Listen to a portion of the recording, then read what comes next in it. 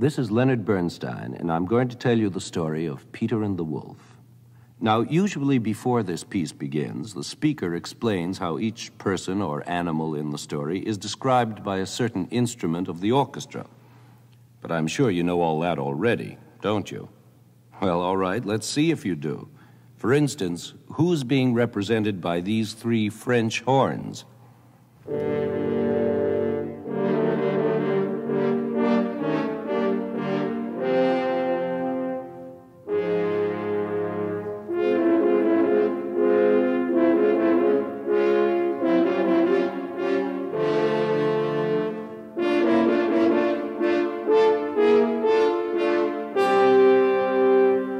Right, the wolf. And what is this oboe describing?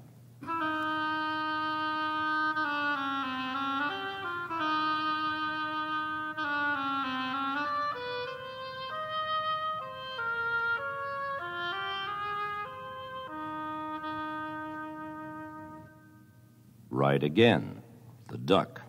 And now the flute?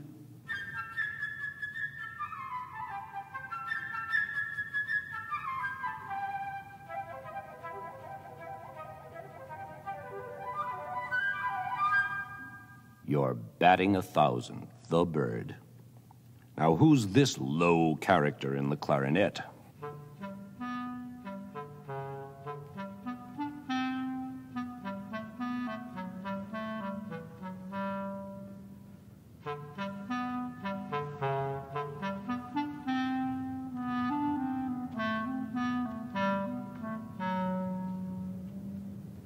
Right, the cat. Then, of course, there are these well-known drum beats.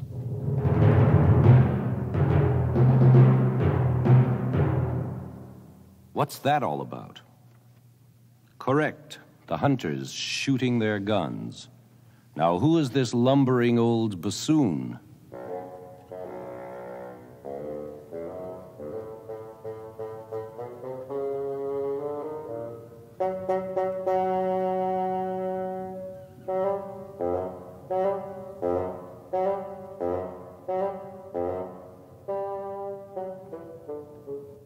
The grandfather.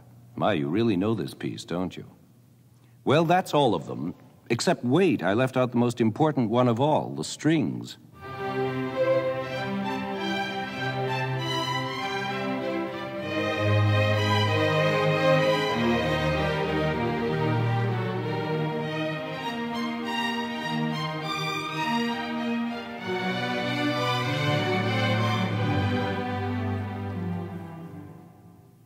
And that is Peter himself. I congratulate you on a perfect quiz.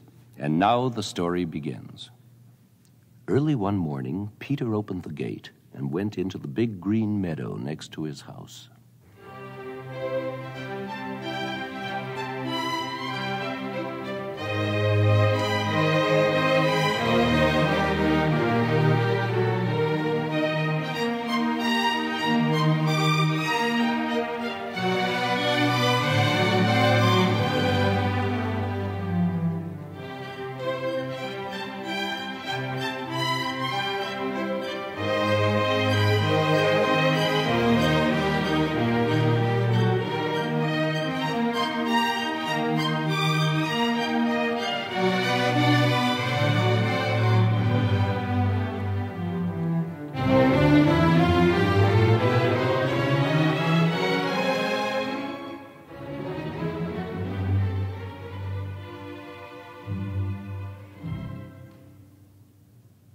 The first friend he met was a little bird sitting on the branch of a big tree.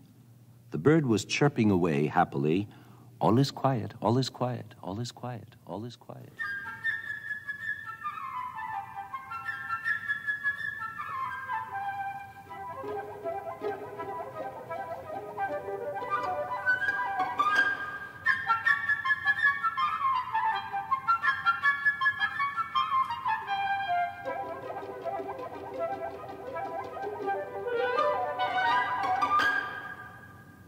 Yes, all was quiet.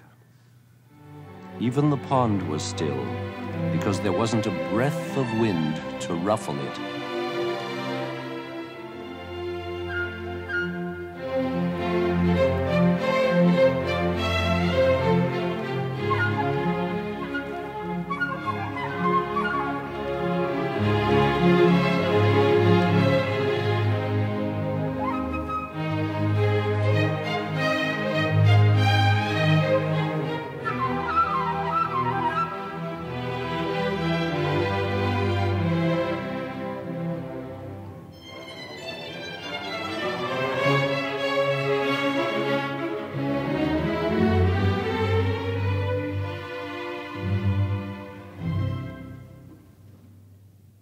Soon a duck came waddling around.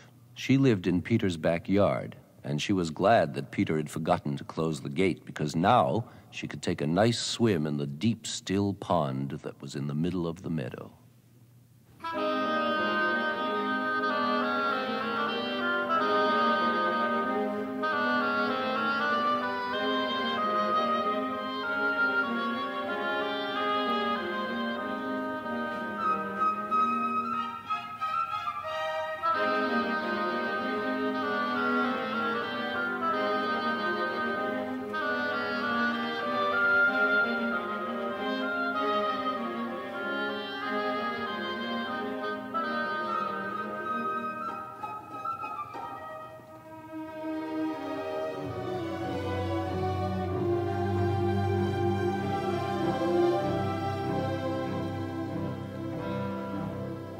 The little bird spied the duck and flew down next to her on the grass.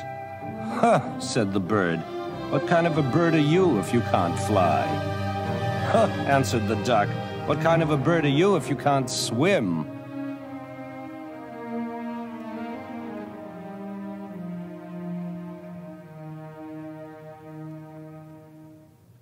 And she dived into the pond.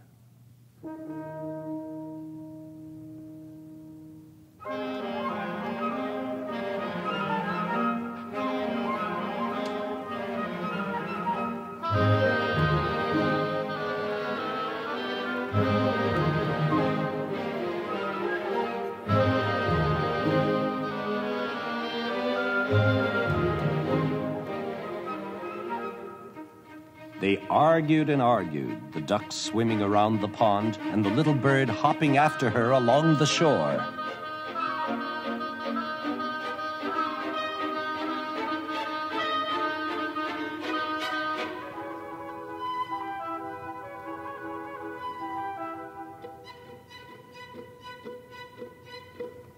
All of a sudden, something else caught Peter's attention. There was a cat sneaking through the grass.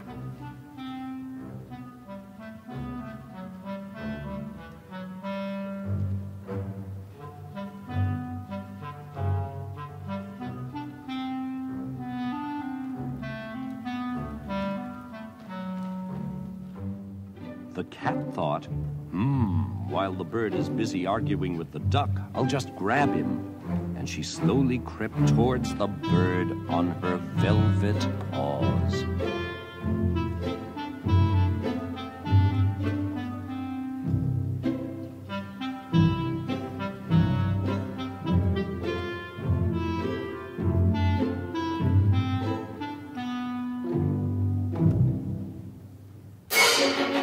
"Look out!" yelled Peter to the bird, who immediately flew up into the tree.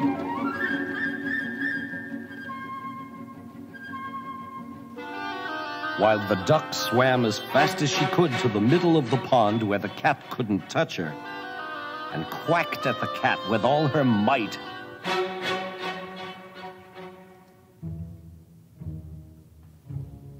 But the cat was more interested in the bird. She crawled round the tree and thought, is it worth climbing up so high? By the time I get there, the bird will have flown away.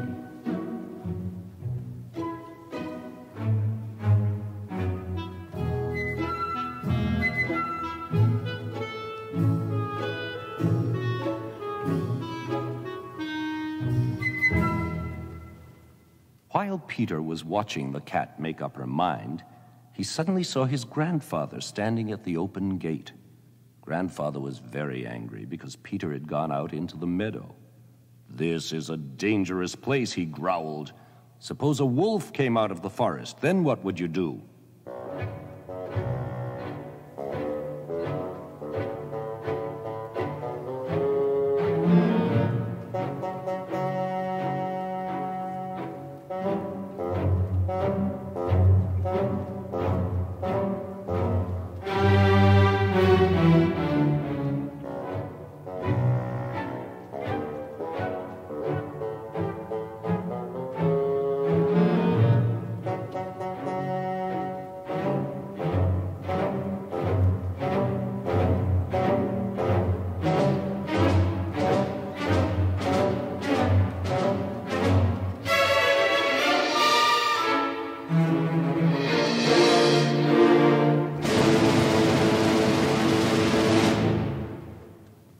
Peter paid no attention to his grandfather's words because boys like Peter aren't afraid of wolves.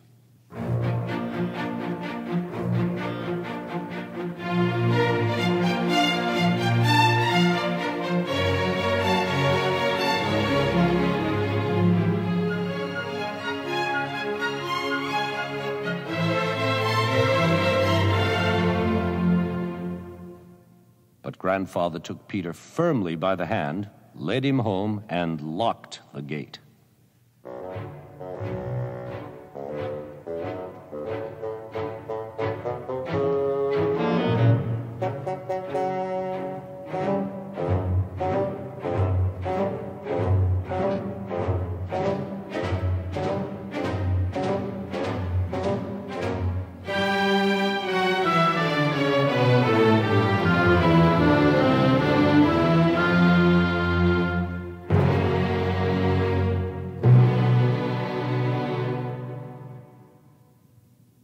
No sooner had Peter gone than a big gray wolf did come out of the forest.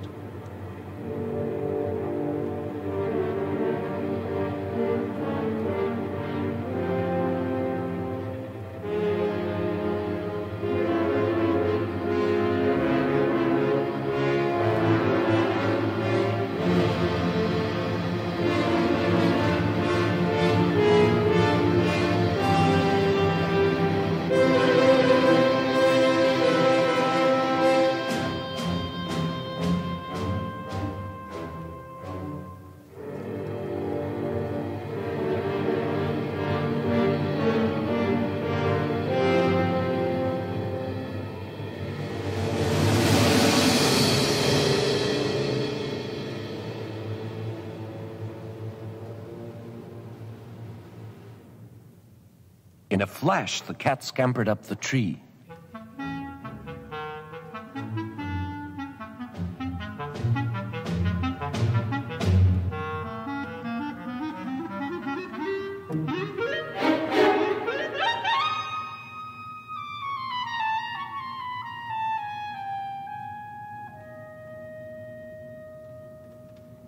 The duck's quacking became even louder than before, and in her excitement, she jumped right out of the pond.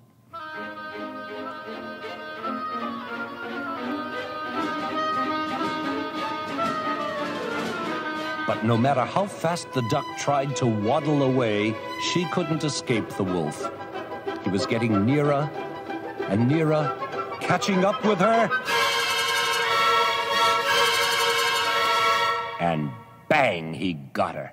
And with one gulp, he swallowed her.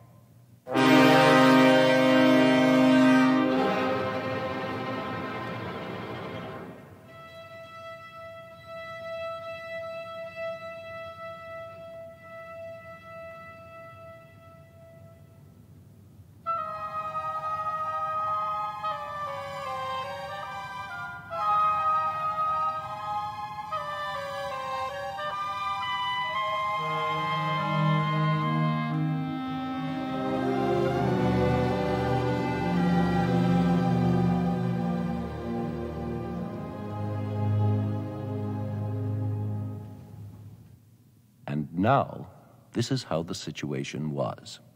The cat was sitting on one branch of the big tree.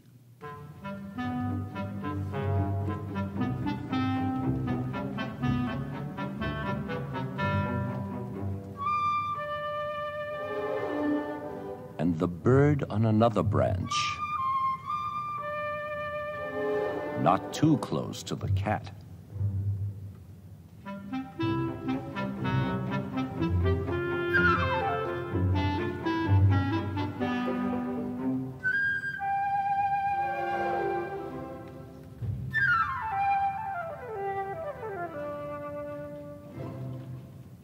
And the wolf, still hungry, was walking around and around the tree, looking at them both with greedy eyes.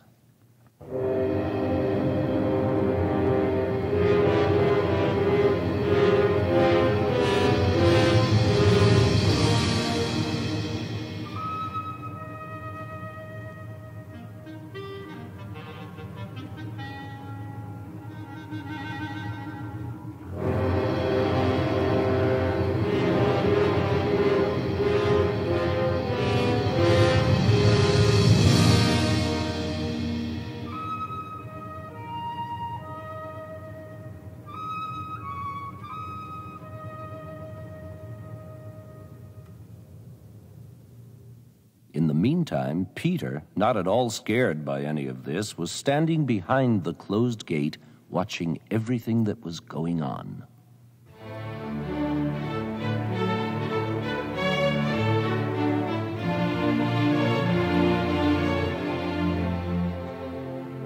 Suddenly, he got a brilliant idea. He ran home, found a strong rope, and climbed up a high stone wall that separated his house from the meadow.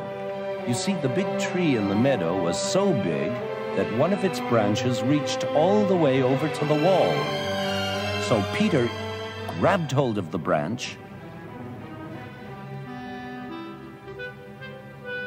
and swung himself easily over onto the tree, right next to the bird.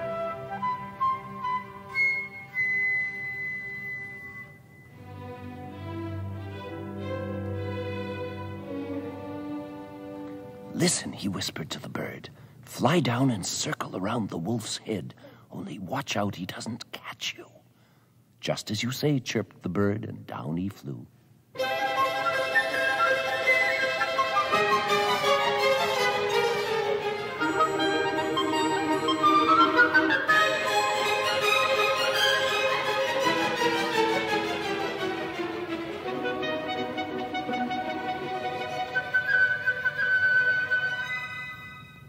The bird came so close to the wolf's head that he almost brushed it with his wings, while the wolf snapped angrily at him from every direction.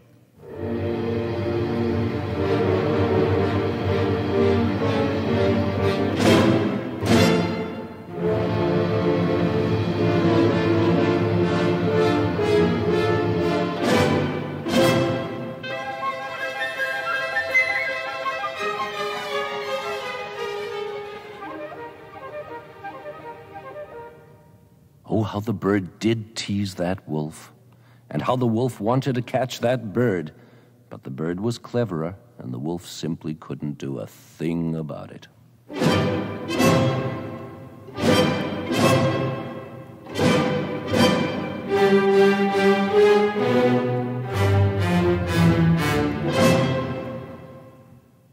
Meanwhile, Peter had been making a lasso out of the rope, and now he carefully began letting it down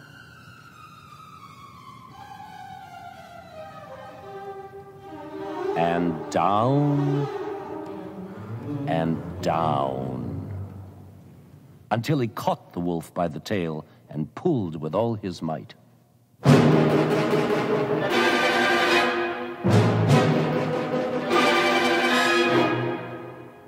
The moment the wolf felt his tail caught in the lasso, he became furious and began to jump about wildly, trying to get loose.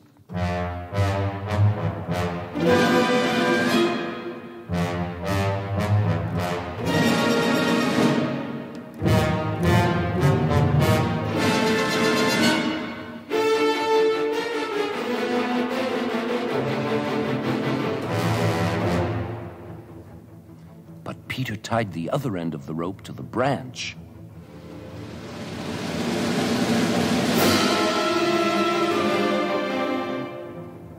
And so the wolf's jumping only made the rope around his tail tighter.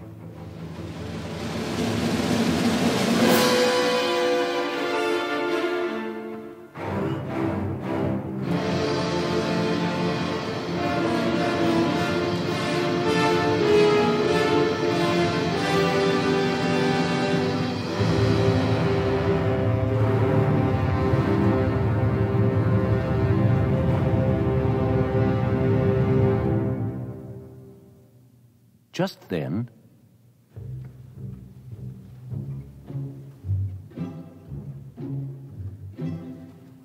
Peter saw some hunters coming out of the woods.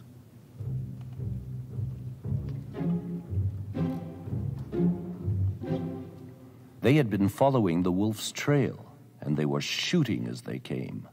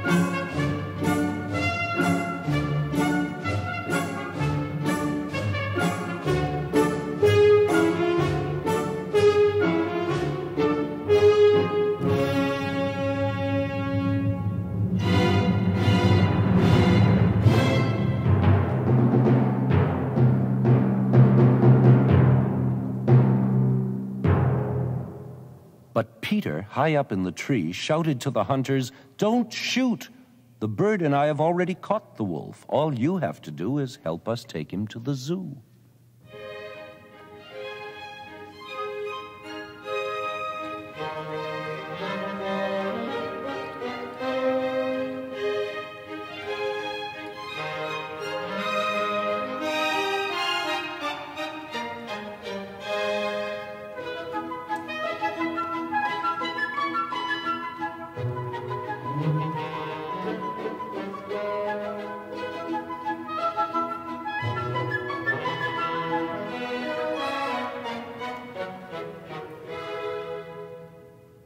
So there's the story.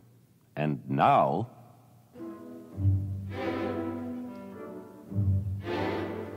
just imagine the victory parade.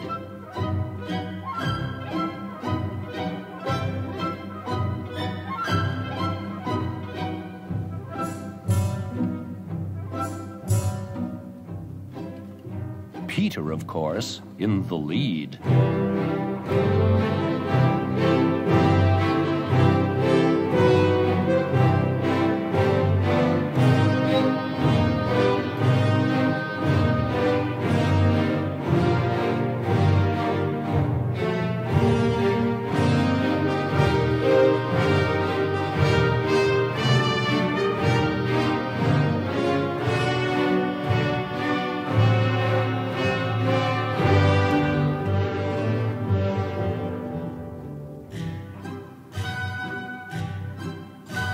And following Peter, the hunters leading the wolf.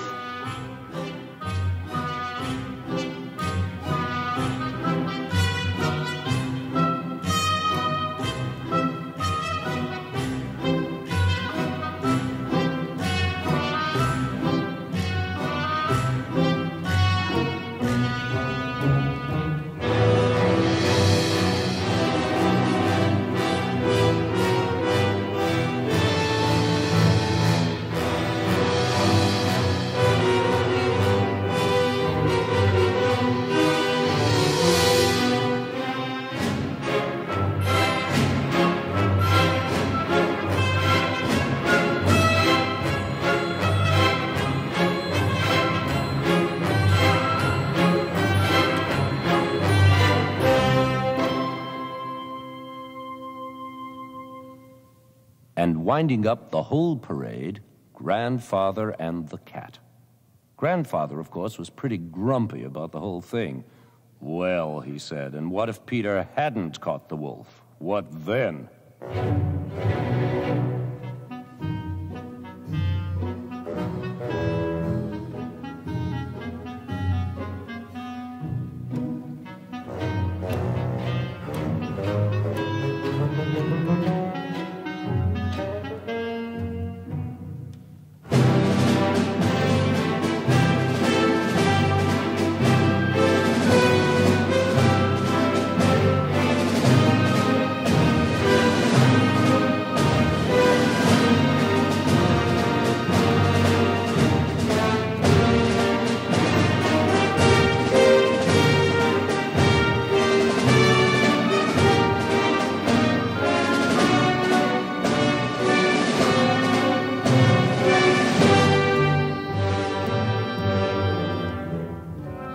And above them all flew the little bird, chirping merrily, "My, what fine fellows we are, Peter and I. Look what we have caught, a whole wolf."